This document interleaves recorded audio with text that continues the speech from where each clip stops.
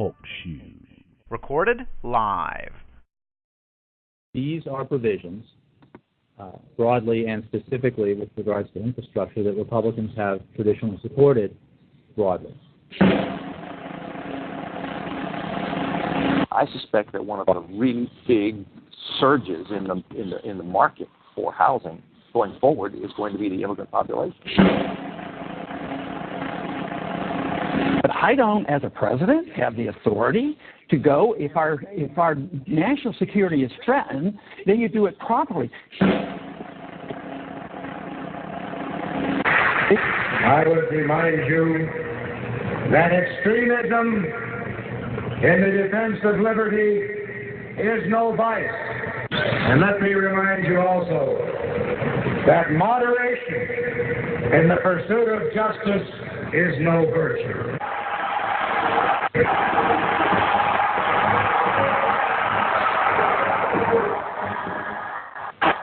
This is how liberty dies, with thunderous applause.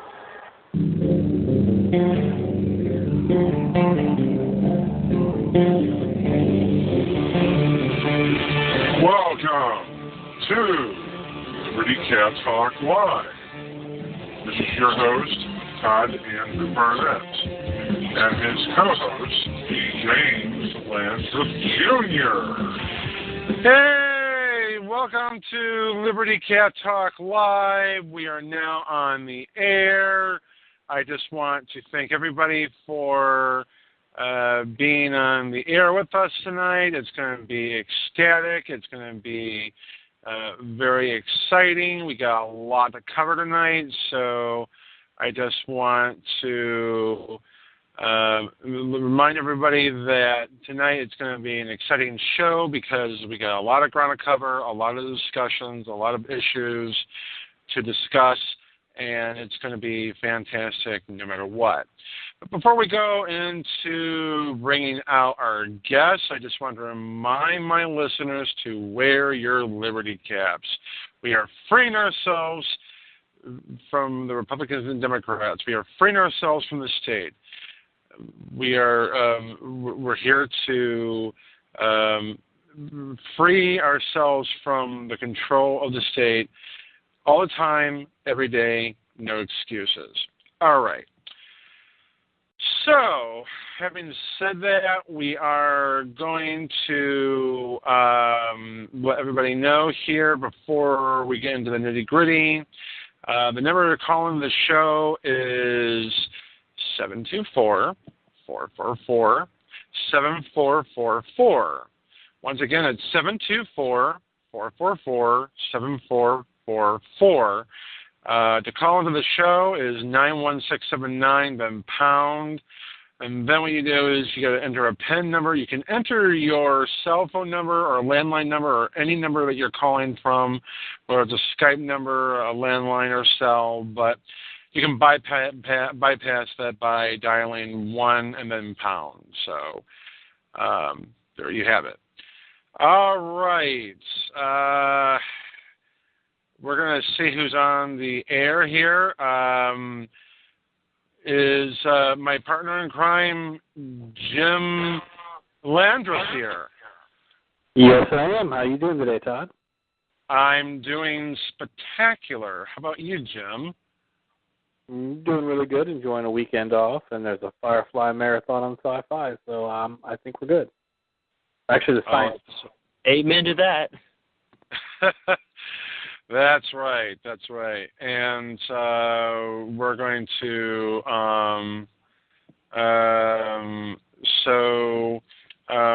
we're going to get we're going to have an exciting time tonight. So just we're going to bring Will Grigg on in a second here because I was going to have him call into the show, but apparently he's going to be on the show with us. But right now, I'm going to bring in our first guest on the air. She is a fantastic activist in the movement. She's also the publisher of Liberty Voice. She's a fantastic activist all the way around, and she's got a lot to say on things like Ron Paul and a lot of different issues here. Please welcome our very good friend, Sherry Mann. Sherry, you with us? Thank you so much, Todd. It's great to be here. Oh, it's wonderful to have you back here, Sherry. You were fantastic as ever the last time, and it's great to have you back. Yeah, we'll have another good time. Oh, yeah. Our second panelist here is our very good friend of the movement. He's described himself as a Loftian. He's also, I have to admit, a certain bias here. He's also kind of sort of my upcoming new webmaster for the LCTO website, which is coming soon, and we're working on that. So please welcome my very good friend, Michael Eugene Hoskins. Mike, you with us? Yes, I am. How are you doing today, Todd? I'm doing spectacular. Yourself? Not doing too bad. Just got myself a few new gadgets today, so I'm a little bit stoked. Wow, that's awesome. That's awesome all the way around. And of course, we're going to have our third guest on the air here. And then we're going to go and do a lot of other discussions with our next guest, and I've already just given him the phone number because I thought he got the email, and apparently he did not get the number. He thought I was going to call him in. But then I was going to have him call me, or actually I was going to call him, but it'll work out. So anyway, okay, so right now we're going to go into our topics. So while I'm trying to reach him and trying to get him on the air, let's go right to it. All right, so this week, Ron Paul coming in number 2 in the New Hampshire primary. And the media pretty much has been basically saying Mitt Romney is the winner in the New Hampshire primary. He's going to, probably take South Carolina by next week.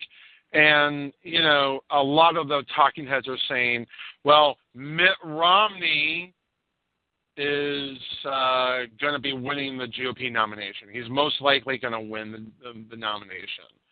If he takes, South Carolina by storm, it's over.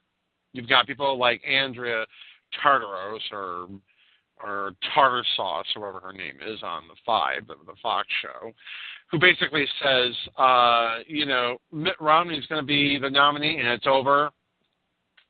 No more discussion. It's over. He's going to be the nominee, going up against Barack Obama. Aren't they actually basically saying here that, they don't even know what the fuck they are saying? I mean, come on, let's be honest here. Aren't they really saying, let's just make this up as we go along, and they're just and they're just making early prediction when they don't even know what the actual result will be? Or am I wrong? Is Mitt Romney going to be getting the nomination? What say you on this, Sherry?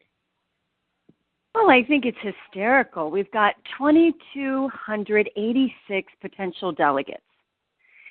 And we have less than, even after South Carolina, Mitt Romney might not even have, 1-2% of those delegates.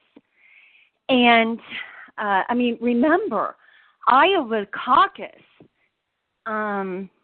those delegates haven't even been awarded yet. Even though it was even though they get, the initial rollout,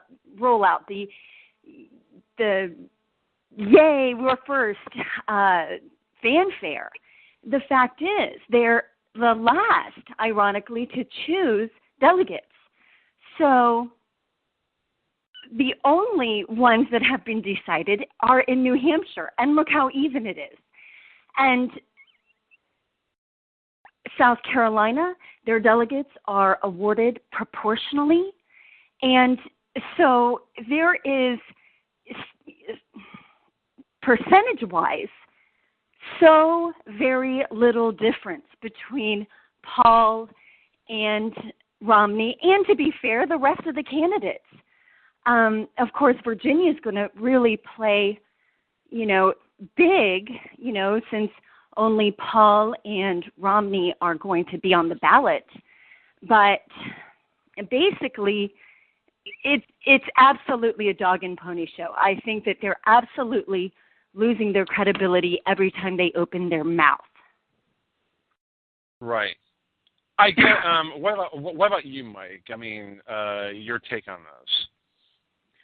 Well, honestly, I think I agree with you. I think it's a little bit too early. But I have been surfing in the interwebs, and I have been hearing a lot of buzz, not only from news websites, but also the forum side and the community side of these discussions involved with Ron Paul, and he has been gaining quite a bit of publicity over when it comes to the people who are avid about being on the internet. Right. I guess that raises a very big question as to whether or not Mitt Romney is going to be the potential winner in this little gladiator fest, disguised with, say, a Dr. Frankenfurter, makeup and the shoes. I mean, the drag queen fest that's going on within the GOP. I mean, I swear the Republicans look like a bunch of gay actors on a Broadway musical stage who are trying for La Cage aux Folles. That little gay musical where they're all, they're trying to say, my parents are coming. I don't want to be, they don't know that I'm gay, but I'm in a relationship with this guy. It's a French musical, came out in the 70s. I mean, that's exactly what the Republicans are like. They don't want the American people to know that they are a farce. So that means, since I like the Birdcage, I should be paying attention to the Republicans more? I mean, that's a good movie. Honestly, if you're describing it to them, they can't be that bad. Yeah, let's not insult the gays now. Seriously. I know. I mean, seriously, you're right. Yeah, you're I mean, by equating them with Republicans, what an insult to gays. You're right. I mean, they are. At least they can act. Hey, at least they can act. That's exactly right. At least they can do that. Yeah. But honestly, that's what I see the Republicans doing. It's pretty. It may be just my opinion. I may be barking up the wrong tree, but I just see it pretty much just as an act. It is an act. I mean, these people, and not a very good one either. No, it's not a very good act. And they're trying to put on a very good act for the American people to really buy into. And nobody is really buying into this shit. Well, except for their base. And they're trying to shore up that base, knowing full well that they're going to try. And they're losing their base. And they're losing their base in the process of doing so. Really, this would be the perfect segue to talk about the Santorum problem. Santorum problem, really, but we'll hold that for another time. But did you want to talk more about Ron Paul and where he is in this country? I mean, I think Ron Paul, I love how the talking heads are basically saying, like Sherry Jacobus, this Republican strategist, was on, I think it was either on MSNBC or Fox News or one of the cable channels, who was in this side-by-side discussion with one of the news analysts. No, it was the Dylan Ratigan show, I think it was. And, she basically said, well, the Ron Paulers have no business participating in in the primary, because Ron Paul's not going to be elected president. He's not going to win the GOP nomination. And for them to come in and be part of this is ridiculous. They shouldn't be in it. I mean, I'm thinking, bitch, please, okay. Honestly, give it about 2 or 3 months ago, would you have believed it either? No, but things have changed since then. So that just proves that she's slow to figure things out. Let's put it this way. She doesn't even have the intellect to even process that thought. But we'll leave that for open interpretation there. But I think that she really has snookered people into thinking that, maybe, just maybe, Ron Paul could actually win the debate. And by the way, I believe our third panelist is here.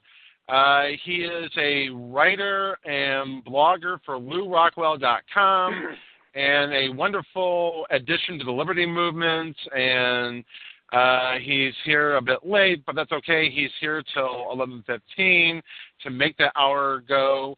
So please welcome our very good friend, William and Greg. Will, you with us? I am. Thank you. Hello, my friends. Hi, Will. Oh, no problem. Hey, sir. Yeah, we were just talking, just getting warmed up here, about Ron Paul coming in second place. Yes. And I got to tell you, I'm actually thrilled that he came in strong, but I really resent the fact that a lot of the talking heads are basically saying, Ron Paul, he's not going to win the nomination since it's so early. Oh, Mitt Romney, if he wins South Carolina, it's over, according to Andrea Tartarosa of the 5 on Fox News. Mm-hmm. You've got this Republican strategist on TV, I think it was the Dylan Ratigan show, who said, well, Ron Paul is not going to get the nomination, and his supporters have no business participating in the primary because they're going to be a spoiler for, the GOP, and even if Ron Paul goes third party. I'm thinking, shut up. I mean, what say you on this, Will? This all reminds me a little bit of the tagline for a slob movie classic that I quite liked as a teenager, and that was Caddyshack. And that tagline was, "Some people just don't belong." Some people, what? I didn't hear it. One of the things that I've noticed about the people to whom Fox News, which of course is an official media organ of the Republican Party, has been peddling here, is that, of course, their chief demographic is what I call the geriatric warmonger demographic. They're the people who watch Bill O'Reilly and who are absolutely suffused from scalp to soul with this sense of bellicose entitlement and impatience with anybody who doesn't think that the highest and holiest mission of America is to be killing everybody who looks different from us. And it's sort of what I call, in a different characterization, the Judge Smales demographic. Does anybody remember Judge Smales, the Ted Baxter character from Caddyshack? He was the... I do, sir. Ted Baxter. Ted Baxter, yeah, the white-haired... The white-haired, prickly, unpleasant judge who was sort of the counterpart to Rodney Dangerfield's character. Oh! Yeah. Counterweight, I should say. Perfect joke. Yeah. This would be a perfect joke. Ron Paul saying, I tell you, I get no respect in the polls. No. Exactly. There's using the old Rodney Dangerfield line. There's a scene where Danny, I'm trying to remember Danny's last name, Danny Noonan, who was more or less the central character of the film. Name. Yeah, where he was summoned into the offices of Judge Smales after Danny had been caught in bed with Judge Smales' niece. And Judge Smales unbosoms himself with this lecture saying, there's a lot of evil in this world, Danny. I see it in my courtroom every day. I've sentenced men younger than you to the gas chamber. Didn't want to do it. I felt I owed it to them. That's Bill O'Reilly's chief constituency, would be people who think like that to the extent that where thought can be tormented into applying here. And their natural candidate is Rick Santorum.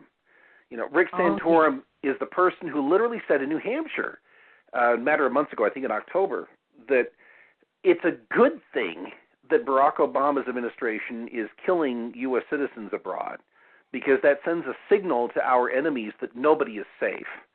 And so by virtue of the fact that the president is assassinating on his supposed authority, American citizens have never been charged with a crime, much less convicted of one. By virtue of that, the United States is supposedly safer, because that will supposedly put the fear of the state into our enemies abroad. That's as close. So basically, yeah, go ahead. What you're saying, he said essentially that we're safer because there's no one else around because we killed them all? Well, no. He's saying that we're safer when the president claims the power to kill any of us, because that sends a message to our foreign adversaries that they're open. Wait, what? They're free. It's open season on them. Wow. Yeah.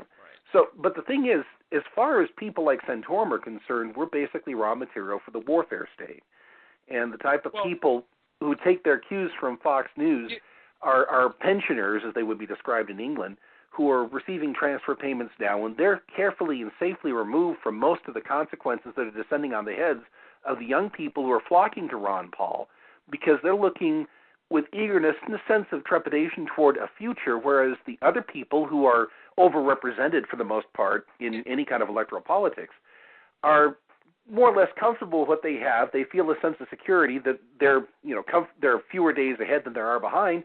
They don't have to worry about dealing with the fiscal consequences of the welfare state or the physical consequences of the warfare state. And as far as they're concerned, the younger people are simply there to provide them with comfort during the gentle days of the declining dotage. Well, you know what's really interesting when you say that, Will, is, on last night's On Real Time with Bill Maher, you had Debbie Wasserman Schultz, this Democratic woman from Florida, by the way, who was one of the panelists on that show. Mm-hmm. And she basically, made a comment about, remember, the national security bill that Obama signed on New Year's, the NDAA bill that was signed into law, while everybody was getting shit-faced and basically, having a good old time on New Year's Eve. Basically, she's saying, well, that's not what Obama signed to detain Americans. He just basically signed this, just to, and basically Bill Maher was basically saying, well, so basically what you're saying is it means the opposite of what Obama signed. And she was trying to dodge that point. And I'm like, excuse me, it's exactly what Obama signed, okay? What planet are you living on? I mean, if it's a bizarro world, I can understand that because it's a proud DC Comics tradition, lady. I mean, come on. Well, she lives within the reality warping effect that is called the Beltway, and these are people who look westward at the rest of us, or northward, as the case may be, toward those of us who inhabit flyover America or the redoubts of New Hampshire or some other state. And as far as they're concerned, we're useful to them chiefly as a source of revenue, or if it comes down to cases, as a source of protein for our betters. And she doesn't seem to think that we're capable of understanding the implications of what they do. And so she feels a certain impunity in lying about it, because obviously the NDAA is a measure that has those provisions that would involve the military detention indefinitely of American citizens who are deemed enemies of the state, as was admitted by Barack Obama in the signing statement of the sort he promised that he wouldn't fix any legislation. But on the same day that he did this, he signed this draconian sanctions bill against Iran that is part of a systematic campaign of provocations to bring about a war that would make the NDAA a matter of great urgency here, because suddenly, in the course of this war that they're hell-bent on provoking with Iran, you would have conditions that would be suitable for a reenactment of something like the mass detention of the Nissi during World War II. And that's the sort of a scenario that, once again, is only being spoken of by one presidential candidate right now, and it's because he's got the candor to address such things and call them by their proper names that he's considered to be unsuitable for this farcical exercise that is called the campaign season, the presidential primaries. I think that you're talking here, I've listened to some of your conversation before I joined the panel discussion this evening, you're talking here about people who are play actors and political cross-dressers. In the case of Rick Perry, I think that's a fair and suitable description, given that. And Rick Santorum, by the way, but we can add him in later. But you're dealing with people who are incapable of engaging with these subjects with a sense of clarity and candor, because they're too busy reciting whatever potted platitudes they've been fed by their handlers and scriptwriters and their focus group analysts. And you get people like Mitt Romney, who is this polymer-based life form who doesn't seem to have emotions or reactions that a normal human being would have when dealing with things such as, for instance, that wheelchair-bound man asking about medical marijuana. And what would you do about medical marijuana? Don't you think that this is an issue that really should be reexamined here in the interest of human compassion, given that I'm going to die if I cannot medicate myself with THC? And Mitt Romney spoke some focus group tested platitude about the benefits of synthetic marijuana and how he doesn't support decriminalizing marijuana. That's the sort of a response that you get from somebody who seems to be incapable of reacting and interacting with human beings as a normal human being would, as somebody who's sufficiently tone deaf that he wouldn't understand the implications of saying the phrase, "I like firing people," in the context of a campaign that's taking place in the midst of the Second Great Depression or the Greater Depression. Irrespective of whether that phrase would be orphaned from its context, that's not a phrase that would come tripping off the lips of somebody who's actually blessed with some sense of human insight and comprehension as we're dealing with this economic environment right now. But because he said the right things about going to war against the right enemies, he wants to double Guantanamo. He's spoken about the supposed need to institutionalize and continue enhanced interrogation, which is to say torture, because he's been vetted by Wall Street and he's a certified corporate socialist. He's the sort of a person that Fox News would be willing to confer its benediction upon. Rick Santorum's perhaps not quite that total package that Mitt Romney is, but once again, he hates the right people, and he's willing to see the distended executive branch put into the service of the warfare state's agenda. So he's more acceptable than Ron Paul. Just within the last couple of days, the theocrats assembled in Texas to put their anointing on Rick Santorum, and the vote broke down, what was it, 114 for Santorum and then 85 for Newt Gingrich. Those are the only two candidates who got a single vote. And the one candidate who actually talks about applying the golden rule wasn't considered to be acceptable because, once again, he's not interested in killing people. And it all boils down to a willingness to kill the right people as far as the power brokers in the Republican Party is concerned. And because Ron Paul is not interested in doing those things, and because he is a serious candidate, even though the GOP is trying to basically say, well, you know what, this old geezer is really not that serious of a candidate because he's not representative of the social conservatives, the values of the social conservatives who believe that, well, we shouldn't stone gays for being gay, we shouldn't make gay marriage completely illegal. Mm-hmm. Because Ron Paul doesn't believe that we shouldn't just ban porn, or even to go even further than that. Ron Paul doesn't want us to get involved with Iran because he doesn't view Iran with the same significant amount of threat that the war establishment feels. Mm-hmm. I mean, these are the same people who say, you know what, I'll take the Mormon with the magic underpants over the guy who happens to be a medical doctor anytime, any day of the week. Mm-hmm. I mean, I think that's a good read. Well, in the case of Santorum, as an alternative to Mitt Romney, you've got somebody who's on record as saying that the pursuit of happiness is anti-American. Hello. Yeah. Exactly. I took down those words word for word to put in my paper. Yeah. That's just rich. Yeah. Right. I mean, he is a medievalist in the worst sense of the expression. I think he felt a compelling urgency to run for president because Torquemada can't be put on the ballot. And the thing about Torquemada. the thing about Santorum that I find most perversely compelling is here's a guy who claims to be a pro-lifer, but everything that he promotes in terms of public policy is about killing people.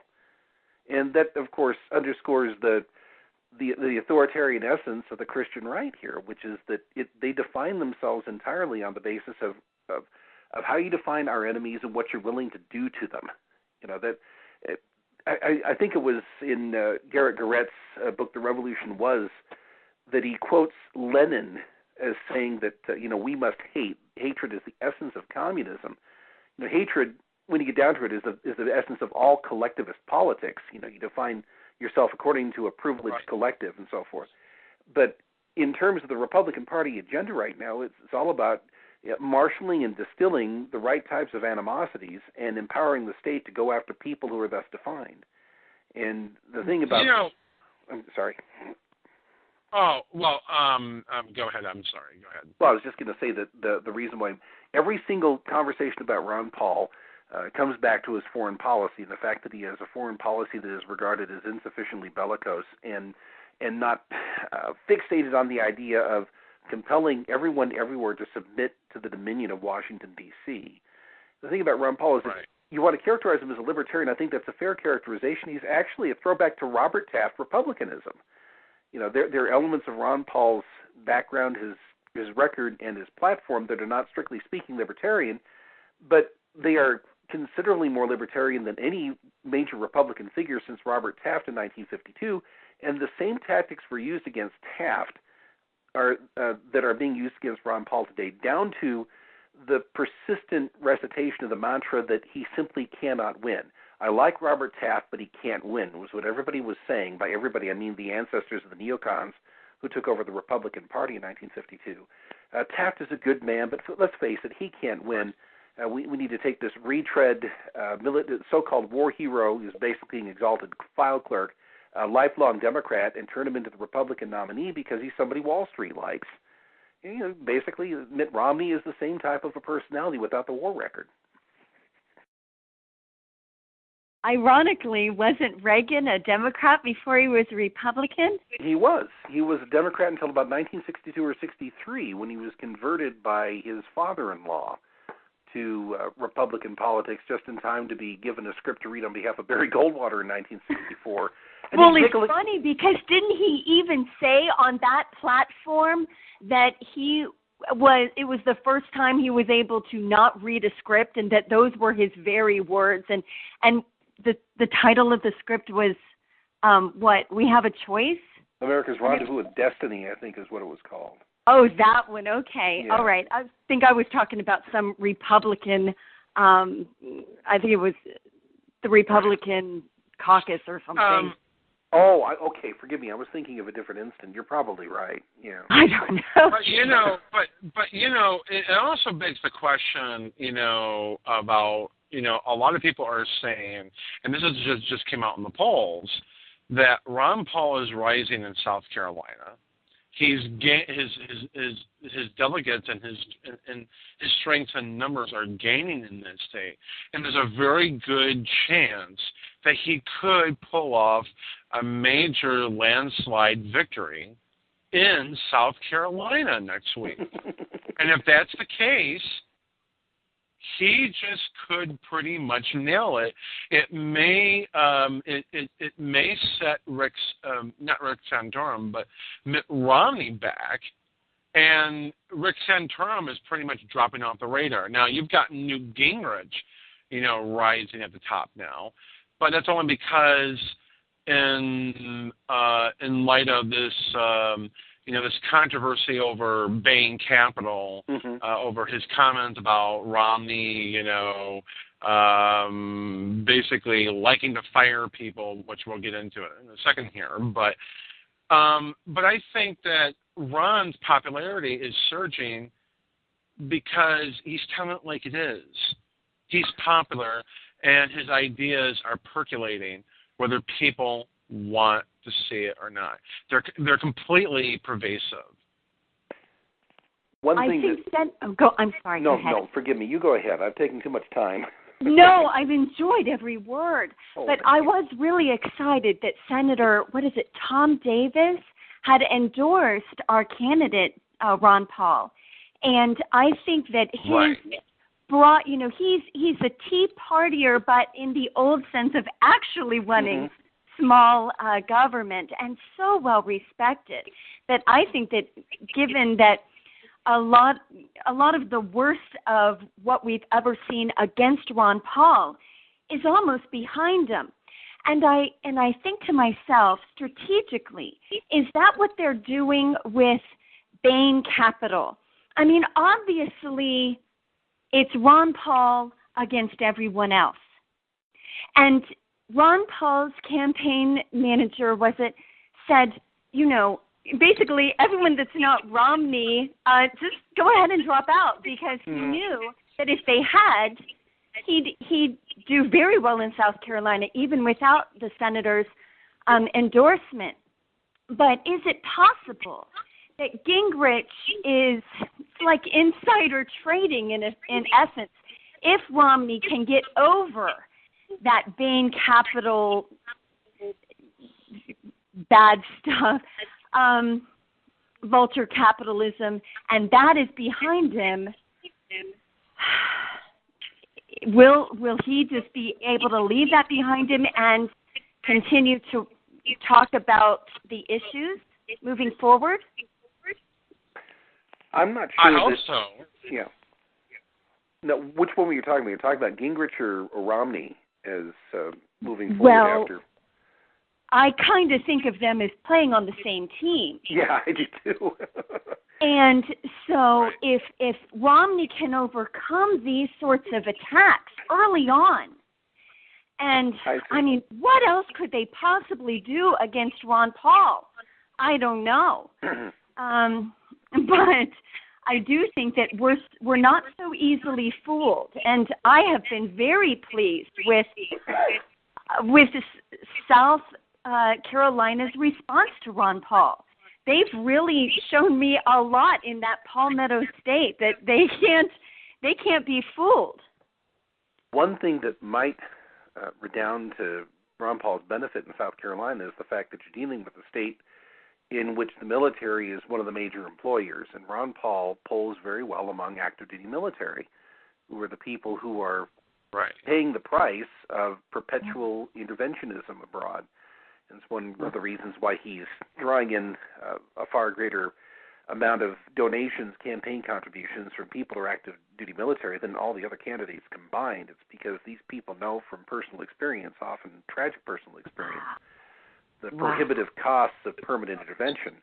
And so if you end up with a large turnout of active duty military in South Carolina, Ron Paul could pull off a tremendous upset, and it would be propelled by people who are in the military that Ron Paul supposedly despises, according to that rodentiform creature called Gary Bauer. Oh, please don't get me started with that Oompa Loompa. Now I have to wash my mouth out of the of that classic movie, Willy Wonka on the Chocolate Factory. But anyway, but that's the thing with Ron Paul. He is gaining in popularity because people know that he's for real. Mm-hmm. He stood by everything that he's done in Congress when he was even more active in Congress. Whereas Obama was trying to be, he was kind of, and I even said this back in 2008. I mean, he was trying to basically offer himself as the anti-war but candidate. Mm-hmm. I'm anti-war, but I'm not really. I'm, half anti-war. Because you got to be a Democrat, in favor of war. Otherwise, in the eyes of the Republicans, you're considered a pussy if you don't go for war. And that's the whole point. I mean, this is the biggest problem with these people. I mean, I swear the Republicans really will marginalize itself to extinction if they do try to marginalize Ron Paul, which they are. But if they marginalize Ron Paul supporters, and by the way, Sarah Palin last week made this point, you had better not marginalize Ron Paul and the supporters. When she even spoke about this on the night of the Iowa caucus, she told these people on Fox News, you better pay attention to what Ron Paul and his followers are doing. But I would call her move opportunistic because wasn't that literally like the day after Kelly Clarkson went from number 47 to number 1 practically overnight because she tweeted about Ron Paul?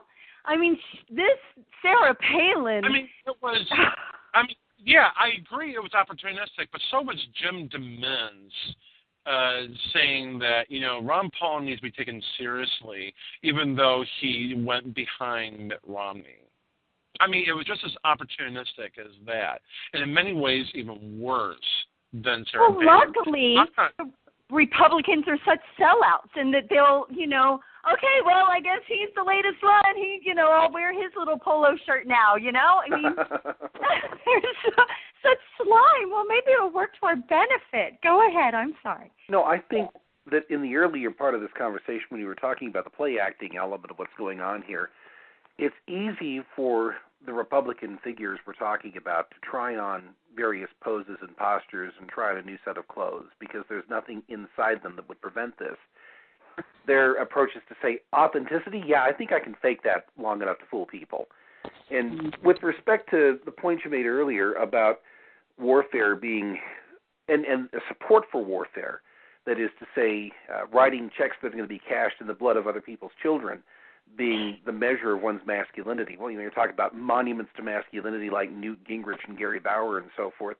These are all people who are second-handers. I think that was Ayn Rand's description of people who try to poach the glory of people who have actually accomplished certain things. But the only thing that they seem to find worthwhile in terms of an accomplishment is death and property destruction through war. I mean, once again, all their aspirations are measured in terms of the freedoms they would take away, the money they would spend, and the lives they would destroy. And that's why Ron Paul is such an anomaly here, because for 40 years or longer, his refrain has been life, liberty, and property. Say what you will about the positions he's taken or the platform that he has assembled, he's been consistent to it, and there's nothing in the record that suggests that he would in any way attenuate his principles in pursuit of power. He's the only presidential candidate I can think of, perhaps since Washington, who actually said that he does not necessarily want to be president and that he doesn't think that he could be trusted with the powers of that office, that he thinks the office is too powerful and that something has to be done about divesting this overgrown office of these usurped powers. This is something that is appealing to people because people recognize that it's a matter of principle. So suddenly you have people like Charles Krauthammer, for the purposes of public consumption, saying polite things in a condescending and offhanded way about Ron Paul. Ain't that the truth? The thing is that somebody who represents everything that he despises, simply because it's in the interests of the Republican Party to try to find some way to co-opt this movement by saying nice things about the individual. And Ron Paul, to his credit once again, has said, look, the message is perfect. I'm an admittedly imperfect messenger, but the really important thing is the movement here, where people are rediscovering the glories of individual liberty. And that's one of the reasons why he's sui generis. I mean, you're not going to look upon his like again, as Shakespeare wrote about Hamlet's father. He's a man taken for all in all.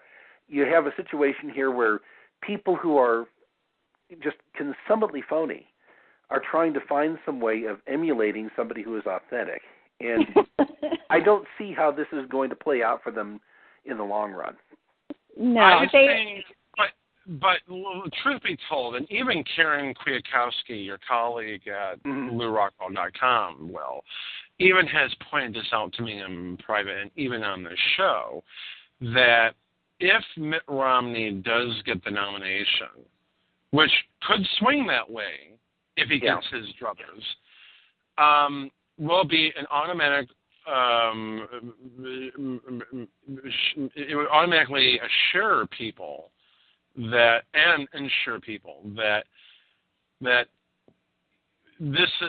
Obama will get reelected by November 2012, which is this year.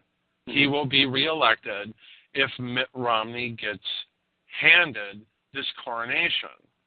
Because who's going to want to take this joker seriously when his health care plan has become the basis and the model for the federal government Obamacare program? Why would they want to, go for an individual mandate by the Republicans, something that the Republicans actually came up with in the 1990s, that the Democrats thought, you know what, this is not such a bad idea. This is a great deal, great opportunity for us to actually capitalize on. And that's exactly what the Democrats have done in 2009 when they and even in 2010 when they finally pushed the Obamacare into law in early 2010. And that's when things went sour for the GOP. Because the GOP is really going to lose. They are basically committing nothing but political suicide. It's, it's coming down to this one simple point. Either they really start looking at themselves and say, gee, maybe it's about time we really start thinking about it's time for a change. It's time to go on this 12-step recovery program, or remain as the alcoholic drug addict for the rest of our lives. I was fascinated that Paul Craig Roberts, in his newest article, America's Last Chance, he of course talked about Ron Paul, but what I was fascinated with, and I mean, of course, we've all thought of Robert Kennedy, and, after he won, California was shot. And, of course, that's crossed all of our minds. But about halfway through his article here, he says, in my opinion, if Ron Paul were to win the Republican nomination, the Republican Party would conspire to refuse it to him. The party would simply nominate a different candidate. That's fascinating to me. I mean, they were, and yet, so part of their, I mean, we all saw the video where in 2008, Iowa's so important. Oh, this is going to be such a huge night when Huckabee wins, blah, blah, blah. It's so important. It's probably, the censure of, who's going to get the nomination. Then 2012, when they were all sweating bullets that Paul might win, oh, well, then we'll just ignore it. It doesn't mean anything. Would the same thing hold true for the Republican nomination? I don't see why it wouldn't. That would be sort of an enhanced, if you will, steroid-enhanced version of what happened in 1952 with Robert Taft, or what happened in 1940. Think about it, guys. I'm sorry. Right. Let's think about it, guys. What will it take for the Republican Party to basically understand that it's full of a bunch of nitwits who couldn't hold down a day job working the drive-through at Mickey D's? But they don't need to hold down a job like that. They've got us to hold down jobs like that and steal it all. They don't need to. I mean, you could waterboard the shit out of them, and all of a sudden, these people would have the look of a deer in the headlights stare at you like, gee, what do you really mean? I mean, come on. As soon as you put an orange jumpsuit on them, they'd pee themselves. They're such cowards. Or a hazmat, if you will. Hey, Jim, you got any questions for the panel on these topics? Well, I'm just wondering, what happens after this election, assuming, that he's not the candidate? What do you think his role is going to be in the election itself, assuming it ends up being Romney or some other waste of space? What do you think the Ron Paul factor is going to be going into this election period? Do you think he's going to be a spoiler? Do you think he's going to get on board with the nominee? Oh, come on. That'll never happen. I'm sorry.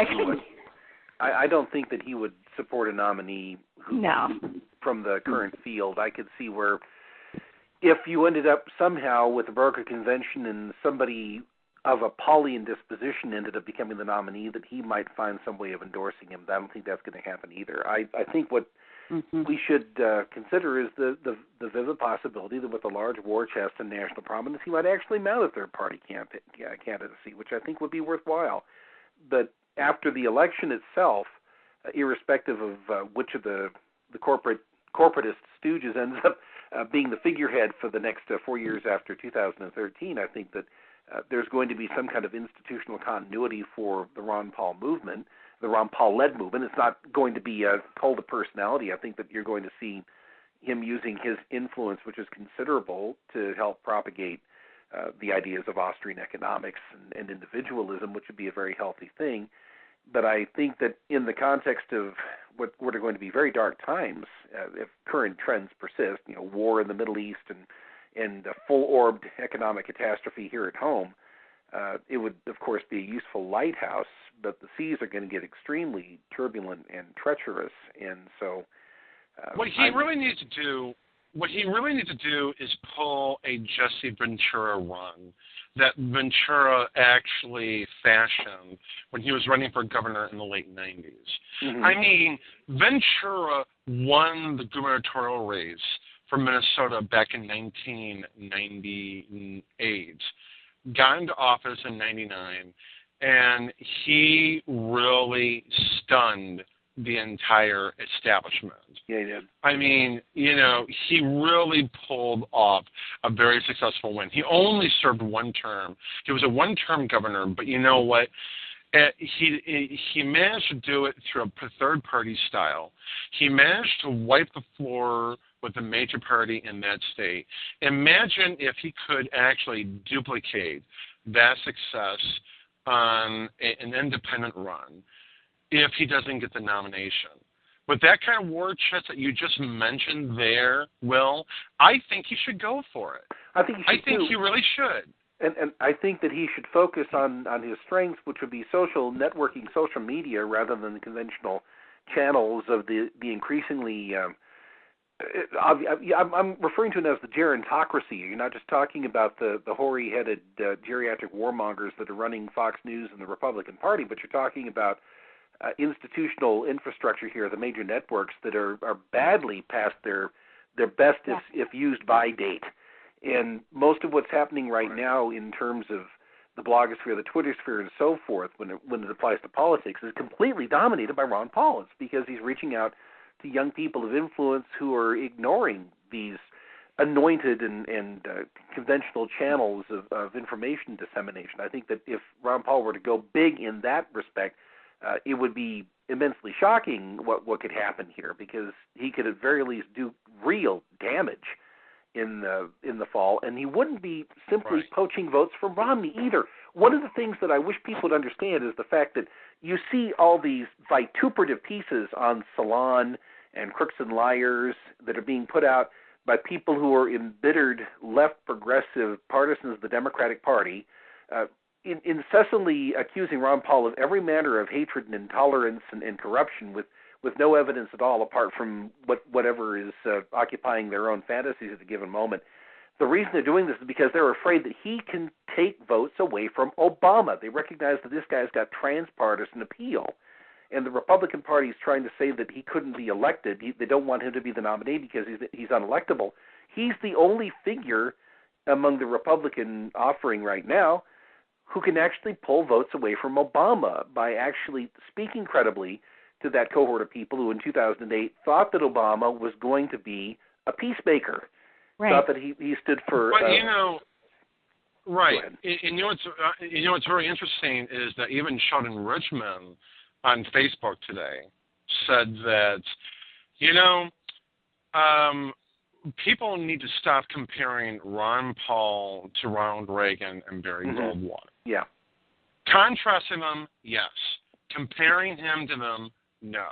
And I agree with that. I will say, I'm guilty as charged for comparing him to Reagan and Goldwater, because the reason I've caught myself in the habit of doing that is because I see some similarities between him, Reagan, and Goldwater, because they were talking about a very strong, rugged, limited government in a lot of ways when they were running.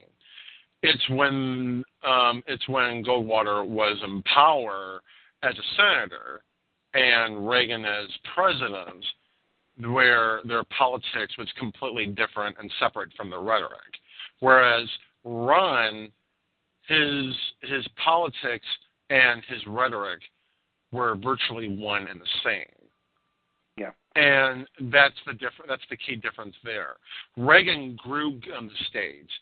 Goldwater was a hawk, and he was never president, but he wanted a very rugged and interventionistic foreign policy. Reagan just raised taxes all over the place, and Ron is basically, in many ways, the anti-Goldwater, the anti-Reagan. Well, because the Republicans are in bed with Reagan.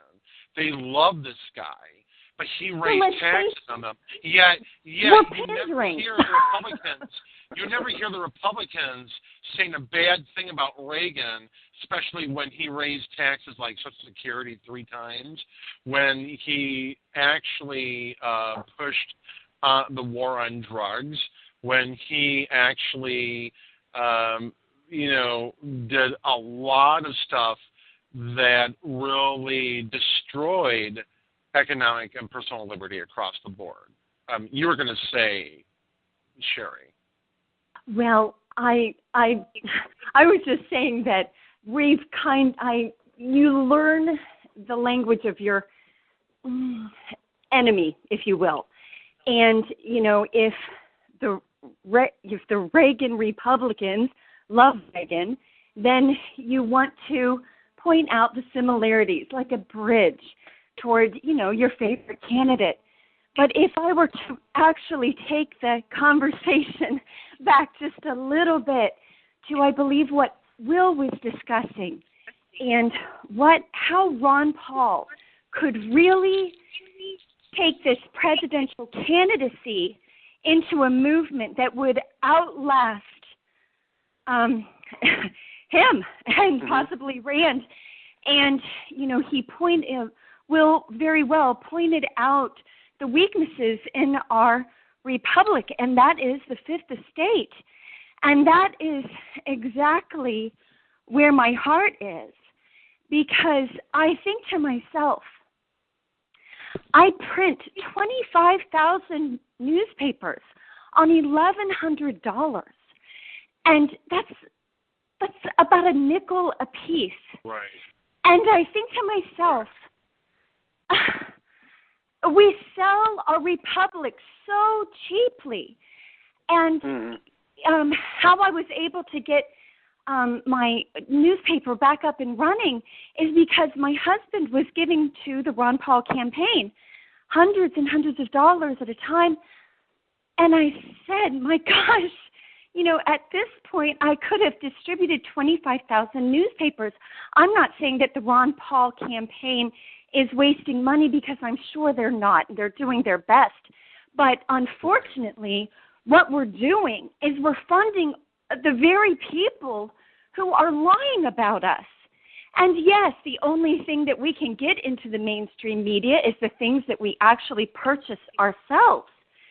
But let me tell you, when I was a 9/11 activist, we wanted to write like a huge check to take out a full-page ad about what happened at the Pentagon and the Columbus Disgrace, also called the Columbus Dispatch, the only newspaper and truly the only print media source in Central Ohio, wouldn't even accept our money.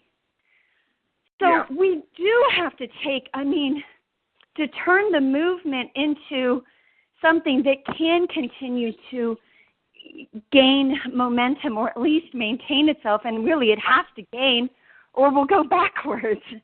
One of the things I'm sorry. Oh, go ahead. I'm sorry. Go ahead. I was going to say, one of the things that Sharon mentioned here reminds me of that old saw that freedom of the press means that you're free to speak as long as you're the one who owns the printing press.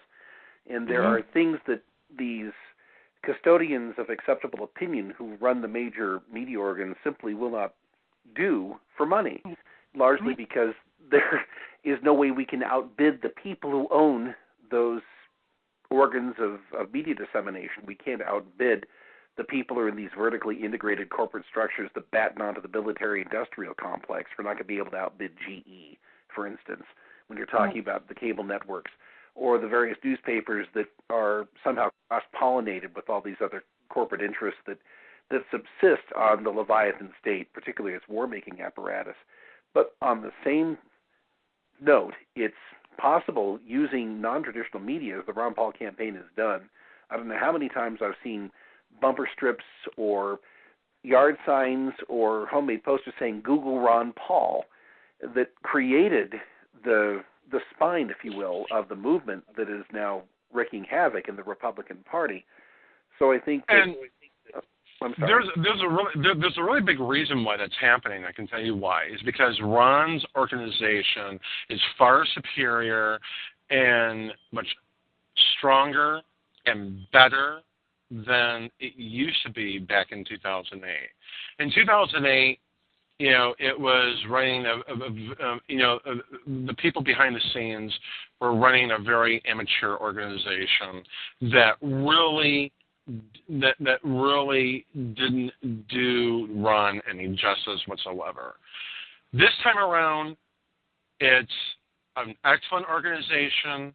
It has put out a lot of good ads and support and donations. I mean, the money bombs are stronger than this time than ever in the last presidential election.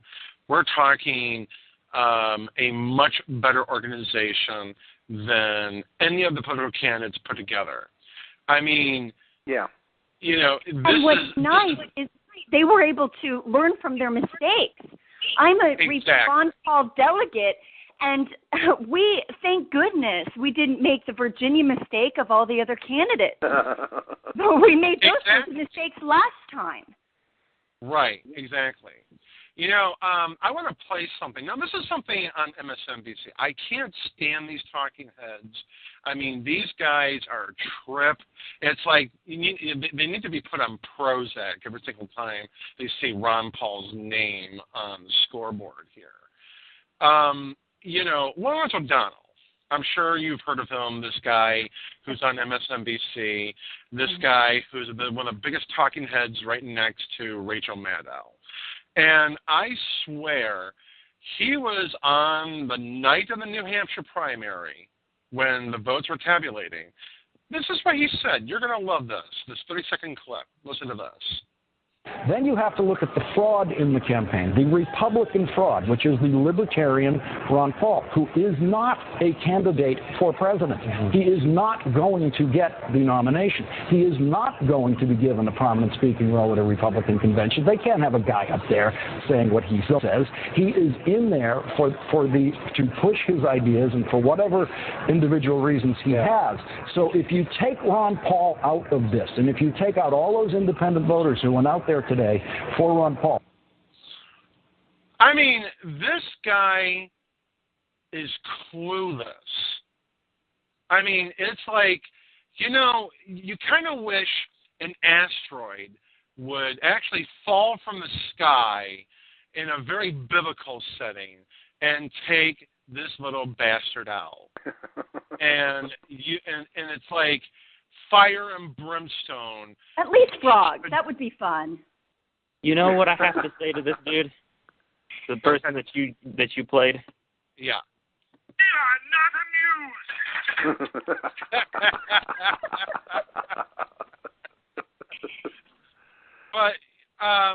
But what say you on what Lawrence O'Donnell say, Will? He's got to be. I find the whole thing really entertaining, but at the same time aggravating. I think that underscores the point I made earlier about the fact that Democratic partisans among the progressive movement, they're not all Democratic partisans. There are some progressives who say respectful things about Ron Paul while disagreeing with some elements of his platform. Mr. O'Donnell is not one of those. He's a hack. He's a partisan contender, a partisan spokesman here. But they are actually afraid of the fact that Ron Paul is the only Republican who could be a crossover figure and attract people who are disillusioned with Obama, not because Obama is seen as insufficiently socialist at home, but because he's seen as much too interventionist abroad. And they bought into Obama. Their buy-in was based on Obama's casually proffered and artfully misleading description and critique of the Bush foreign policy. They thought that by virtue of the fact that he was critiquing the Bush foreign policy, that he was embracing a non-interventionist approach, or at least one that was not going to be so hyper-interventionist. Now all of a sudden you've got this guy claiming the power to dispatch predator drones and kill people with missiles on his own say-so and wage a war in Libya without getting Congress involved at all and kill American citizens by decree. That's not what those people signed up for. Ron Paul's critique of what Obama is doing resonates with them because he was saying the same things about Bush. And so there is a sense, and I've said this before to some people, and they're shocked when I say it, there's a sense in which Ron Paul is a rhino, a Republican name in name only, because he's not somebody who's promoting the Republican brand. He's promoting the idea of a constitutional republic. That's you know, right. He is a small R Republican, not a capital R Republican. He transcends the partisan label. That's what scares people like Mr. O'Donnell, I think. You're exactly right. But here's the thing that I've been saying even on today, which I think merits a lot of attention, which is, these yahoos on the Republican and Democratic sides, who are part of the duopoly, they claim that because Ron Paul is an isolationist, because Ron Paul is dangerous for America, and I suppose he is dangerous for America because that's the United States government we're talking about, and he represents a clear-cut danger to the eyes of the entire beast, the entire establishment, if you will. The reality is, and I know this will piss off a lot of people, but the reality is they claim that they're putting America first. No, they're not. Mm-hmm. They're putting their political parties, their cronies, and their thugs first before the country. They're putting their people first before everybody else, and because they think their side is all that important. Well, that's the bottom line. Just to engage with one element of what you just said there, Todd, this description of Ron Paul as an isolationist. You got somebody who's talking about opening diplomatic relations with Cuba, opening trade relations with Cuba, and reopening diplomatic relations with Iran. He's promoted free trade in an unqualified sense on the basis of reciprocal relations with everybody on the face of the earth. Those aren't the policies of an isolationist. On the other hand, people who support military intervention have managed to isolate the United States from pretty much the entire world except perhaps for England and Israel. The real isolationists are the people who believe that the only engagement that's worthwhile abroad is military force or the threat of the same, whereas Ron Paul believes in free commerce, free trade with everybody, and he's talking about renewing diplomatic and trade relations with countries that have been shunted aside by the interventionists for decades, largely for reasons of domestic politics, particularly with the case of Cuba. This guy in 2008 at an Univision debate dealing with Cuban policy that was held in Miami among people who were diehard haters of the Castro regime, which is an awful regime, obviously. Ron Paul had the temerity in the teeth of that audience to call for resuming trade relations with Cuba. You know, that's the sort of thing that sets him apart from everybody else, is that he actually will be consistent irrespective of the audience he's speaking to. Right. Your thoughts on this, Sherry? I mean, O'Donnell, I mean, is he smoking some peyote? I mean, is he actually taking some mushrooms there? Because no, I think he knows. I think he should. Okay, good. If he is, Ron Paul's the only candidate who wouldn't throw him in jail.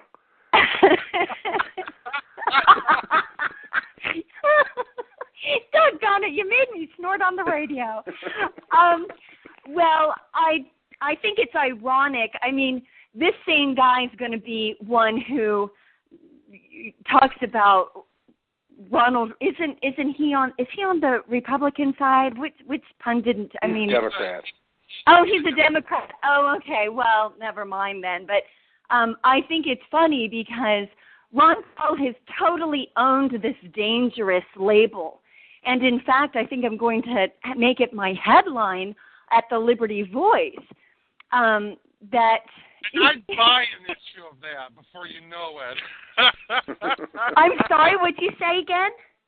I said I would buy a copy of the issue. Hell, I'd buy 5 copies of that issue. Oh, well, just email me your address and I'll get some out to you. But I thought it was awesome because you have this sweet Ron Paul humbly accepting second place and graciously, saying how Romney had, handily won it, but we're nipping at his heels. He quipped and he just laughed so cute. Right. But what really tickled him is he said, I find it sort of fascinating when they finally get around to talking about you and I being dangerous, and they all go crazy. And he says that's the one time they're telling the truth, because we are dangerous to the status quo of this country. And of course, everyone went nuts because, the truth is dangerous.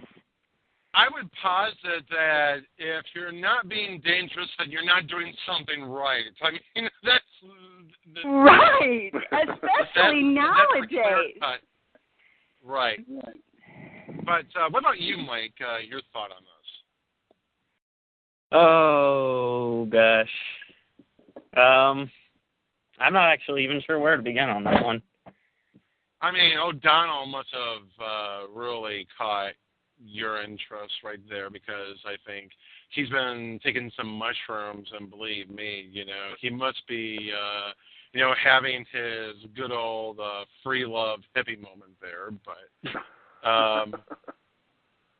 But it's funny when you were talking about O'Donnell, just like on the email or whatever.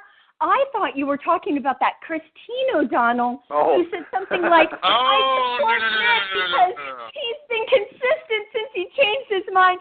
And I got to tell you, my friend on Facebook, and she's like a Columbus Ron Paul supporter, she said, I like consistent candidates after they change their consistency, because it would be inconsistent if they kept the same stances without changing the consistency of their consonants. What was so great I dare you to say that 5 times fast. No, yeah, exactly.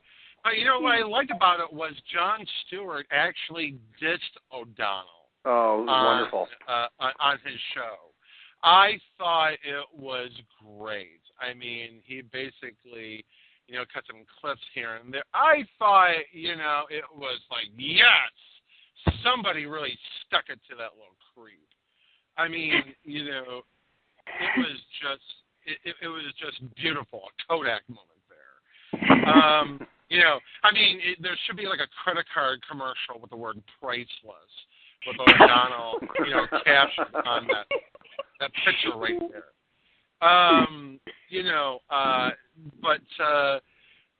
Jim, any final thoughts on this? Well, I'm just I'm really interested in seeing what's gonna play about after the primaries are over and we see where things go, because I'm really I really want to see what Paul's going to do. Assuming he doesn't get the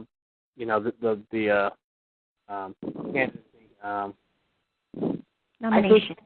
Nomination. I really think he can play a really important role in shaping the debate. I don't know what the panelists think about that, though, but he already has. Yeah. Absolutely. It's awesome. Yeah.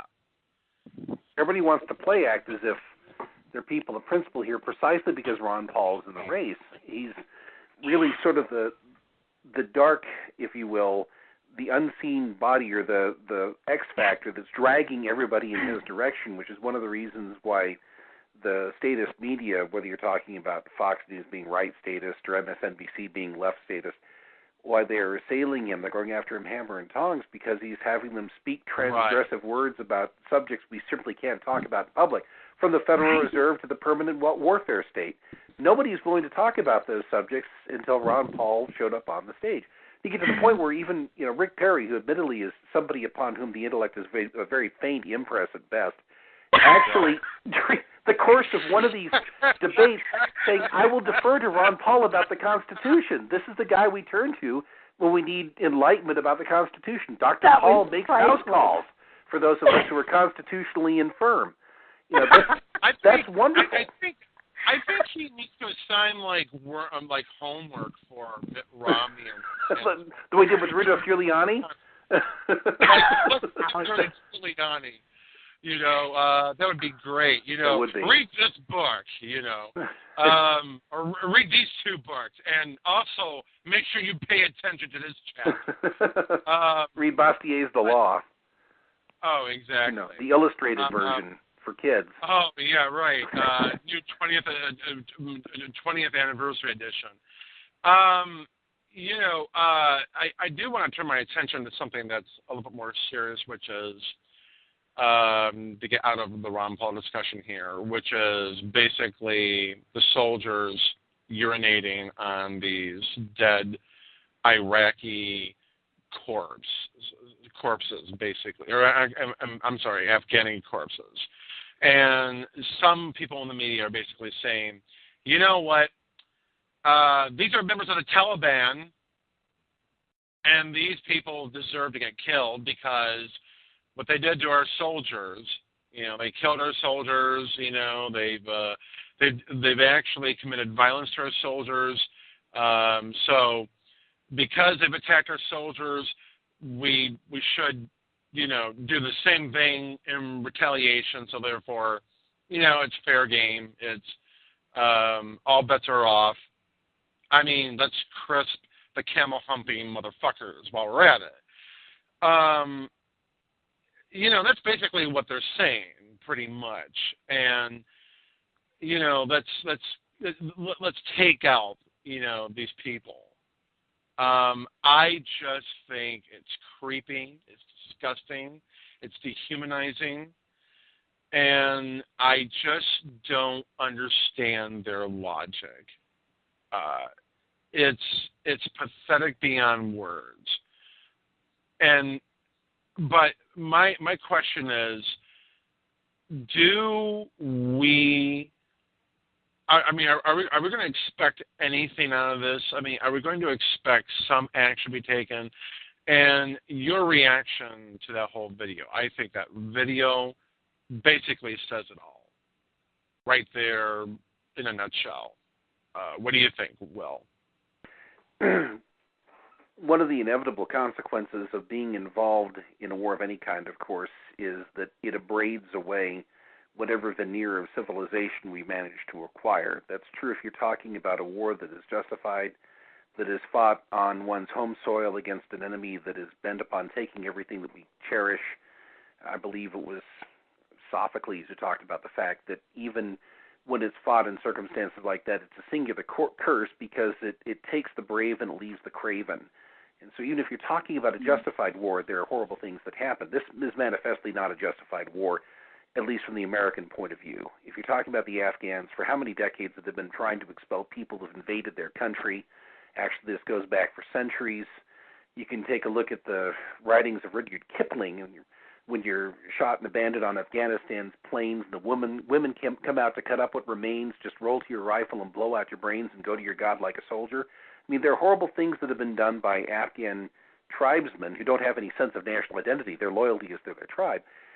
For as long as there have been foreign armies invading Afghanistan, we should have known going in that's the sort of thing that would happen, but that doesn't justify retaliating in kind because we're the aggressors.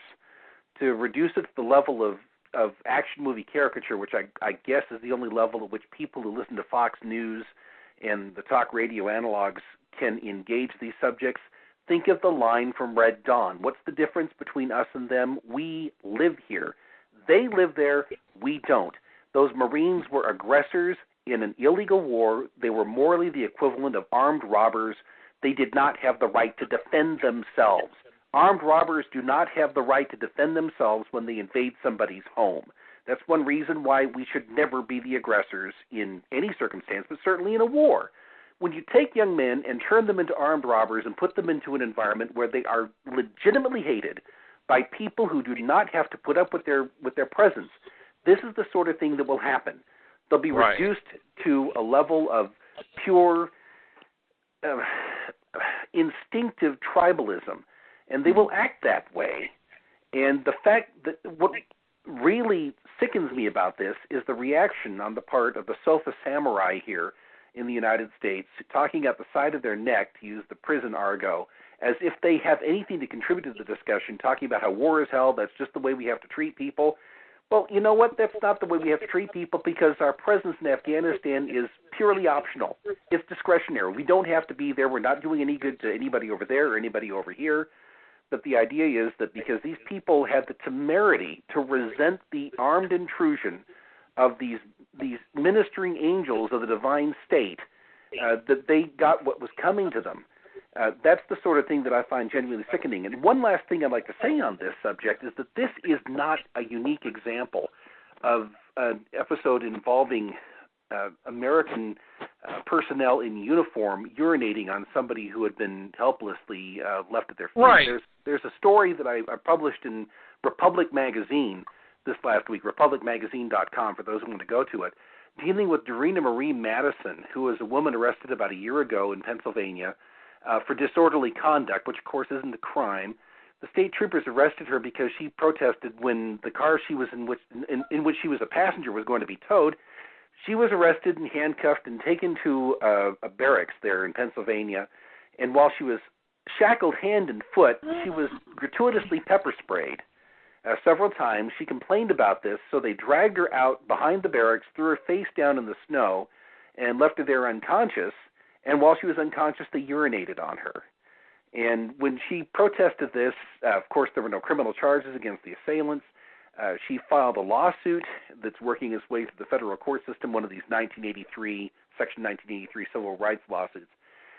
The officers who did this to her claimed that they were protected by sovereign immunity because what they did to her, they did in the course of their duty as members of the state police serving the interests of the state of Pennsylvania. Well, fortunately, that claim of sovereign immunity was beaten back by a federal judge. But what does it say about the sense of exalted impunity on the part of anybody who's part of the coercive priesthood of this state, that they would see fit to relieve themselves on a helpless woman who's shackled hand and foot and blinded by pepper spray. It's the same attitude, whether you're talking about what happened in Afghanistan or what happened in Pennsylvania. That's the way these people look at us. Well, Mark Edge on Free Talk Live a couple of nights ago actually said this when they were discussing this, and a caller who was, basically a war veteran. He served in Iraq, and he had seen the video. They were discussing this, and he said, really, the military is something that's thousands of years old, not even a couple of hundred here in the United States. And I get, to me, so the conversations are, we are in the Army, and the new conversation is essentially we use the military as the world's police force. Mm-hmm. And the peeing on a body by policemen would be obviously a terrible, terrible thing to do because they're there to serve the public. Whereas a military, to some extent, this is a sort of an older conversation that's contained within the military is, look, if you employ an army, you're releasing a band of killers, and that's what you want them to do.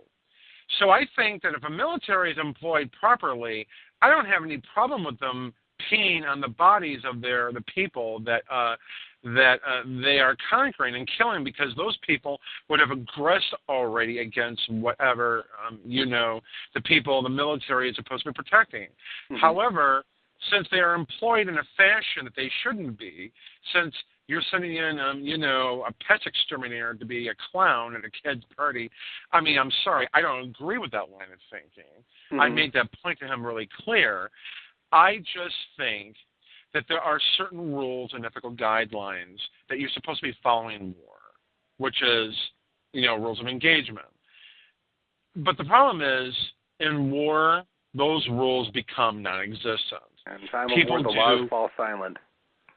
Right. The whole war, the whole thing becomes non-existent. What happens here is, what we've heard stories, even though there weren't photographs at the time, but we know of Vietnam vets who came back, who told stories of watching other soldiers raping and pillaging villages. They were raping and women and children. They were setting fires to villages. They were doing all sorts of horrible things. This was even during World War I, World War II, and the Korean War. This goes on and on and on. For crying out loud, this is exactly what comes in the package of an interventionist foreign policy. Well, you can talk about stop. You can talk about what happened during the Indian Wars, the wars to bring about manifest destiny here. I was just looking the other day at record of the Sand Creek Massacre of, I believe it was 1862 down in Colorado, or John Milton Chivington, that's a name I can barely speak without spitting, made a point of avoiding an engagement with every band of the Cheyenne that wasn't either halt, lame, or ancient, and focused his wrath on a band that was commanded by Chief Black Kettle, who was a peacemaker, and had been given a U.S. flag to fly over his little encampment as a token of peace, to identify him as a friendly Indian to anybody who might have doubts about that. Well, that was used to target that camp, and they killed several hundred members of Chief Black Kettle's band. And then they made war trophies out of the breasts and pudenda of the women and the scrotums of the men. They would make coin purses out of the genitals as war trophies. And this was celebrated as a great feat of arms until some inquiries were made as to what exactly had happened and who it was they had killed. You take a look what happened in the Philippines and the war to suppress Filipino independence after the Spanish-American War. That was a war that was invoked repeatedly this week as a result of this video of people urinating, the Marines urinating on these dead Afghan insurgents. Why don't they do what they did in the war against the Moros in Spain, where they were dipping their bullets in pig fat and burying these Muslim insurrectionists with pigs and so forth as a way of desecrating their religion. Well, the point is, that's the sort of thing you do when you have to dehumanize somebody who has not done you wrong. These people, whether you're talking about most of the American Indian tribes that were conquered, or the Filipinos, they had not committed aggression against the United States. They were standing in the way of the interests of the mercantilist or corporate combine that was controlling the United States government. They were being punished for their impudence and pretending as if they were human beings with rights that we had to respect. And something similar, I think, explains the attitude of people toward the Afghans and the Iraqis. You know, these ungrateful people, why are they not prostrate with gratitude over the privilege of being liberated by the United States government? It's the same attitude. Liberated, yeah. Yeah, you know, you were going to say, I think you were going to have a comment on this, Sherry. No, I enjoyed listening to him so much, but I thought the irony, I mean, obviously everything that you say is true, and we just keep on making the same mistakes over and over. And I see this Indian at the fair who was selling these T-shirts saying, you know, fighting terrorism since, you know, whatever. Amen. But when we first started this discussion, I thought to myself, well, will they be taking any action against these soldiers? And of course, I have a resounding no. However, there was a video taken. And before I go into that, I want to point out that when you included that link in your email, I wasn't able to view it on YouTube. I was able to find it on BBC. But no, I couldn't, and I thought that was a little bit strange since we might be talking about SOPA. But what I want to say is that it won't be the soldiers who urinated. It will be the soldier who released the video. Probably, yeah. Right. And I don't want to see another Bradley Manning. Right, exactly. Now, this is what Dana Lash, the Dana Show, said on her show on Thursday, and she's been cheerleading on this whole thing. I mean, this is a bitch who's been cheerleading. She's the CNN contributor, and she, you know, is this editor-in-chief of BigJournalism.com. This is You've got to go to her Wikipedia site. It's pretty good. A Ron Paul fan, no doubt, wrote it. Go ahead. Yeah, I bet. She basically... this is like a 3-minute and 30-second video. If you can stand listening to it long, listen to this. One other thing, according to this thing with those soldiers urinating on the Taliban. Yes. As a veteran, I know it's not acceptable, but, you know, in every war, bodies get desecrated, and this is very minor compared to what the Taliban and Iraqis did to dead Americans when they got hold of the bodies. Amen to that. Yeah. I don't care, you know. Yeah, I mean, yeah. God bless you. I appreciate you calling in with that. That's, I mean, and true. I mean, there seems to be more of a fit being made over those Marines. With, I mean, again, they're dead terrorists. They're members of the Taliban caught in battle against the United States, against our interests, against you and me and everyone else. They behead people. They torture them. They rape the women. I mean, what? But I wanted to get U.S. Navy Petty Officer. So I can't see the board very clearly here. Sir, good afternoon. I'm glad you called back because I saw that we lost you there for a second. Liz Lash. Hey, thanks for calling in. So you obviously you heard the audio of the Marine story. What do you make of that? What do I make of it? Well, I've been thinking about this all day, and I've discussed it with several of my coworkers. We're a bunch of conservative Caucasians, and we have a range of opinions. But you know, like you, a lot of them seem to think this is okay behavior, and I don't know, maybe there's something wrong with me, but I don't understand how anybody can think this is okay. It doesn't matter what these terrorists or alleged terrorists or whatever, these people were combatants, they're dead, why pee on them? You know, what's the point? I think that why video it, and then why distribute that video? Oh, I don't. That's what we were discussing. We don't know why it was videotaped, but there seems to be more of controversy over the fact that this happened than anything that we ever heard about these individuals doing to our soldiers or even citizens that they kidnap and behead, such as Daniel Pearl. Yeah, but you don't know about these particular dead people. You don't know what they did. Okay. Well, they're Taliban. We know that.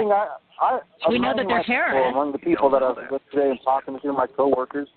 One of them was a woman, and she said basically what you said. She goes, "I'd drop trowel and do it too."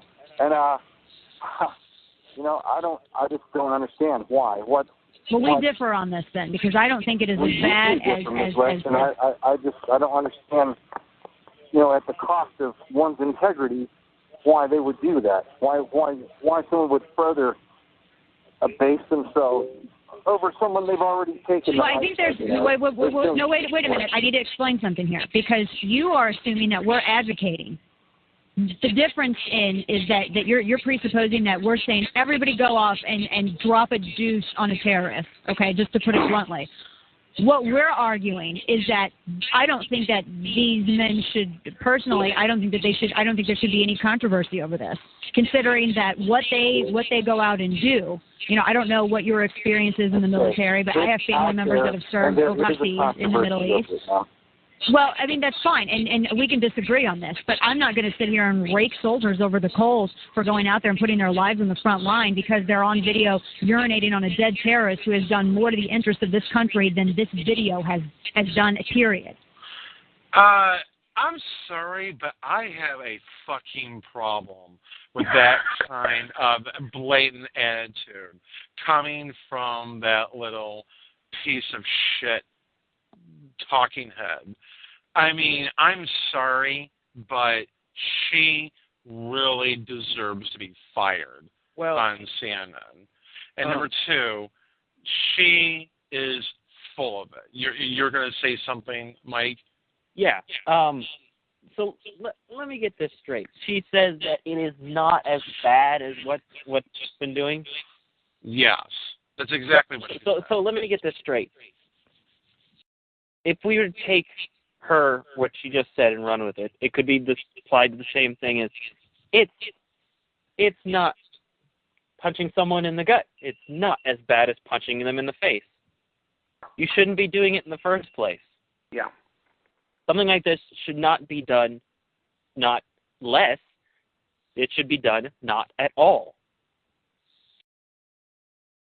Right.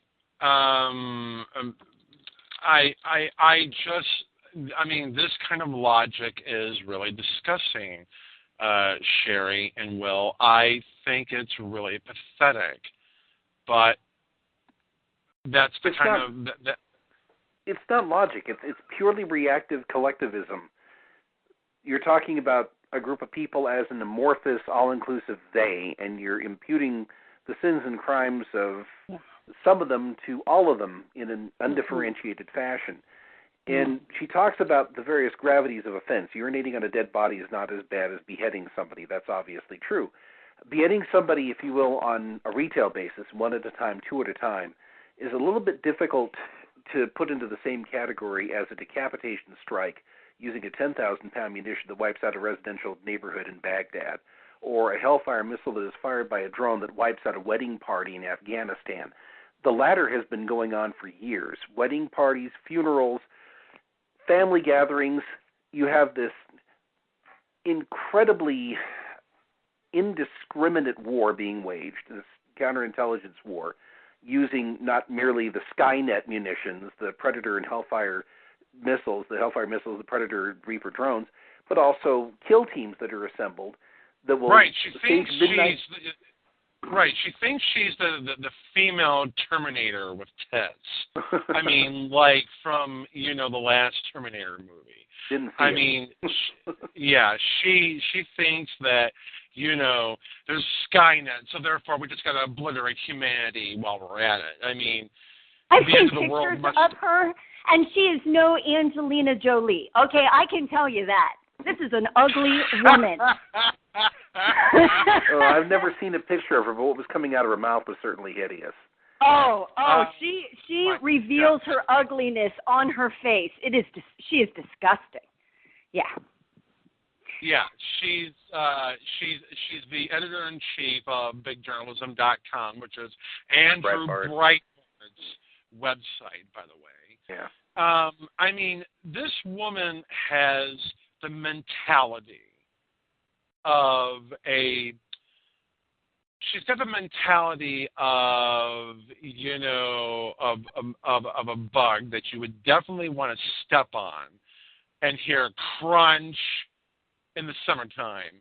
because it didn't look because it just didn't happen to dart away from your foot. I mean, and you would see the innards come gooing from your shoe all the way to the ground. I mean, would you be urinating on it later? I'm just curious. No. Well, I need to interject here. I'm dealing with the domestic situation here. I'm going to have to beg your leave. I know. So I just want to. I do want to make one final point before you go, okay. Which is, this whole logic that somehow we had to do these things because they did it to us. Therefore, it's an eye for an eye situation. Mm-hmm. Okay, sure, you can make the argument if you want.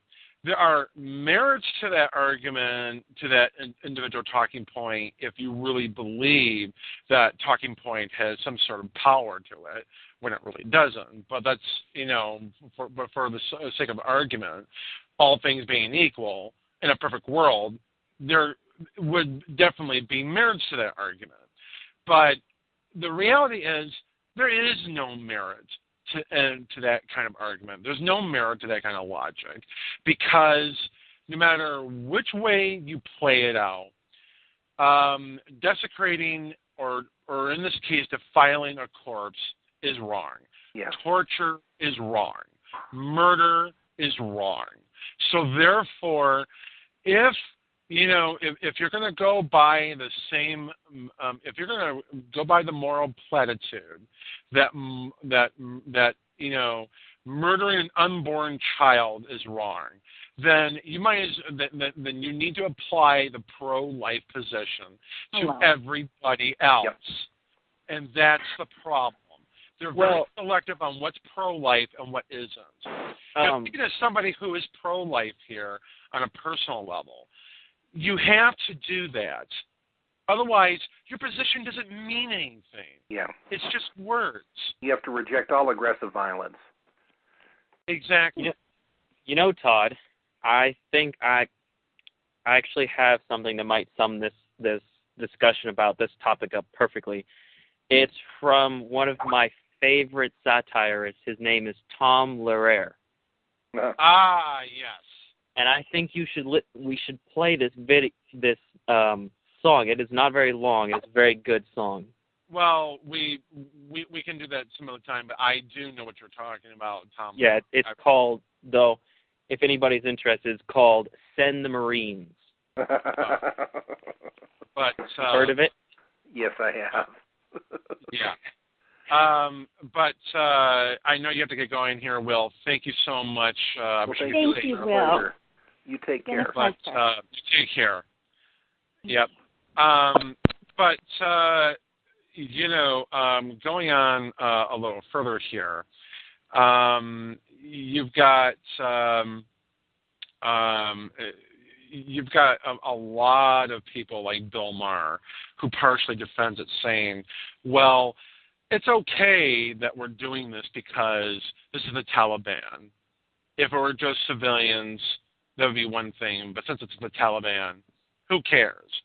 They kill our people. Honestly, their logic is about right. If it's okay to kill someone, then surely you can pee on them later. Because I can tell you one thing. I sure as heck would rather be peed on than killed. And, once I'm dead, I don't really care.